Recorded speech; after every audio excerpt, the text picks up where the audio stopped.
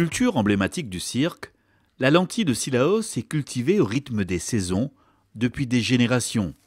Des pratiques culturelles qui n'ont guère changé depuis bientôt 200 ans. Rappelle-nous depuis quand ils plantent la lentille à Cilaos? Depuis les années 1800, 1850, dans les années 1850, on a trouvé les premières traces écrites.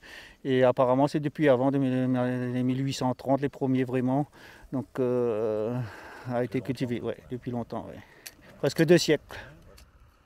Depuis 2 siècles, les producteurs silaosiens répètent ainsi les mêmes gestes, du semis jusqu'à la récolte des précieuses graines.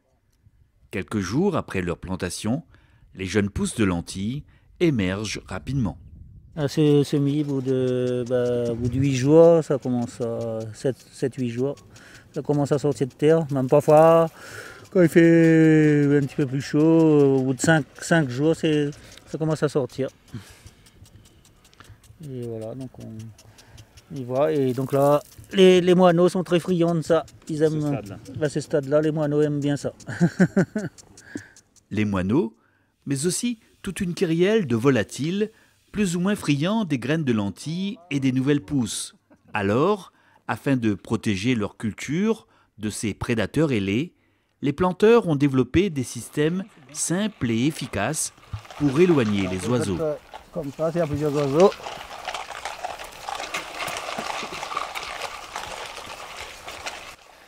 On peut crier aussi. Ha! Ha! Hey! Hey! Ha!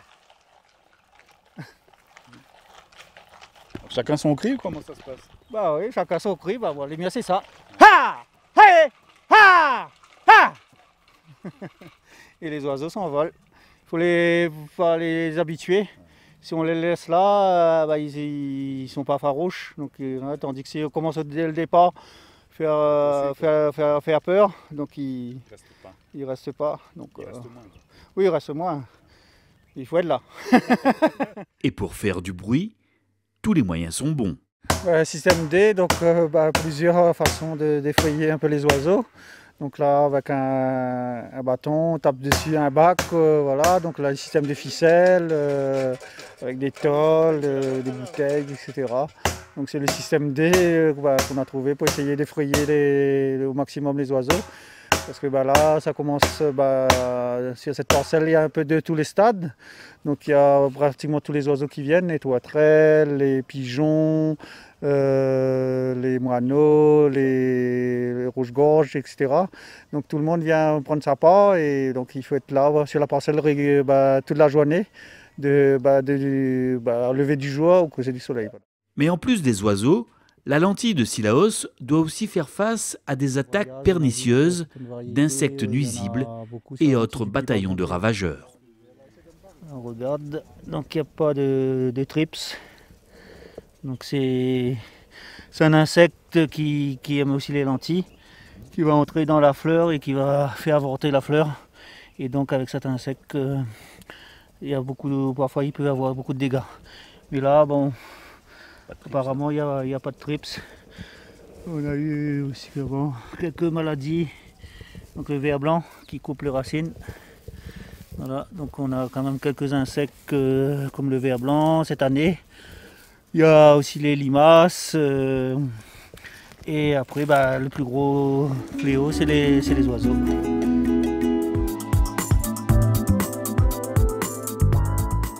Certes plus onéreuse, il existe cependant une solution radicale contre la prédation des oiseaux dans les champs de lentilles, le filet de protection.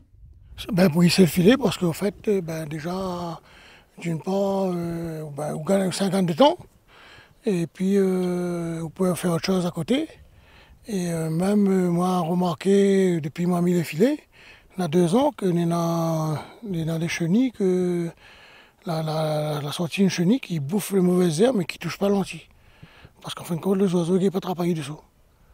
Donc, voilà. Finalement, c'est une chenille auxiliaire, quoi. C'est une chenille, voilà, c'est une auxiliaire. Voilà.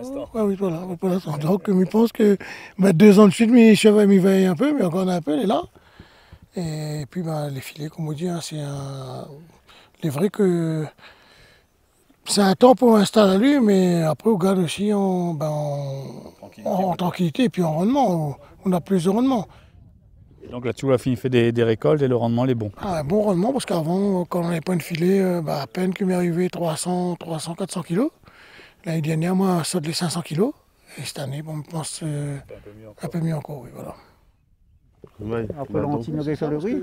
Donc nous avons fait trois cultures d'hier et nous avons protégé. On a rentré dans la situation pour le riz, là. Et cette année, je pense que comme on a enlevé le lentilles, on a essayé un petit peu le riz pour voir. Ouais, Et que la structure est déjà montée. C'est un bon investissement. un bon investissement. C'est un bon C'est investissement, oui. On y pense s'il mettre 2 plants de raisin, lentilles et le riz, 3 cultures en un an, donc les rentabilisables.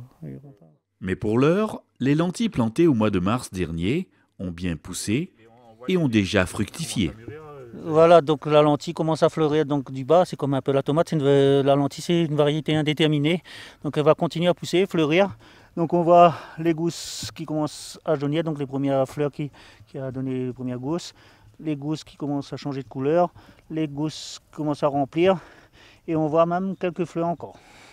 Donc quelques fleurs. Donc si elle a de quoi manger, alimenter, donc ça va continuer à pousser. Mais bon, normalement le cycle c'est 120 jours, donc au bout de... c'est dans des bonnes conditions ensoleillées comme ça, donc c'est 120 jours, 4 mois, donc c'est bon pour la récolte. Une gousse, on voit un petit peu les graines à l'intérieur, donc là il y a 2 graines. Donc c'est... En général, c'est 2 graines. Hein. Ouais, une ou deux graines, oui. Donc là, on voit bien la formation des graines qui va grossir au fur et à mesure. Donc là, avec un beau soleil comme aujourd'hui, ça va bien sécher et on a des beaux grains. Donc ça veut dire que la récolte est prometteuse, là. On espère, hein. Après on ne sait jamais, le temps change tellement vite, donc si ça continue comme ça, normalement ça va, il n'y a pas trop de problèmes. Comme on disait l'expression, c'est quoi? C'est donc d'Angoni seulement? Oui, normalement on y connaît quand l'entier d'Angoni, là on connaît combien on a gagné.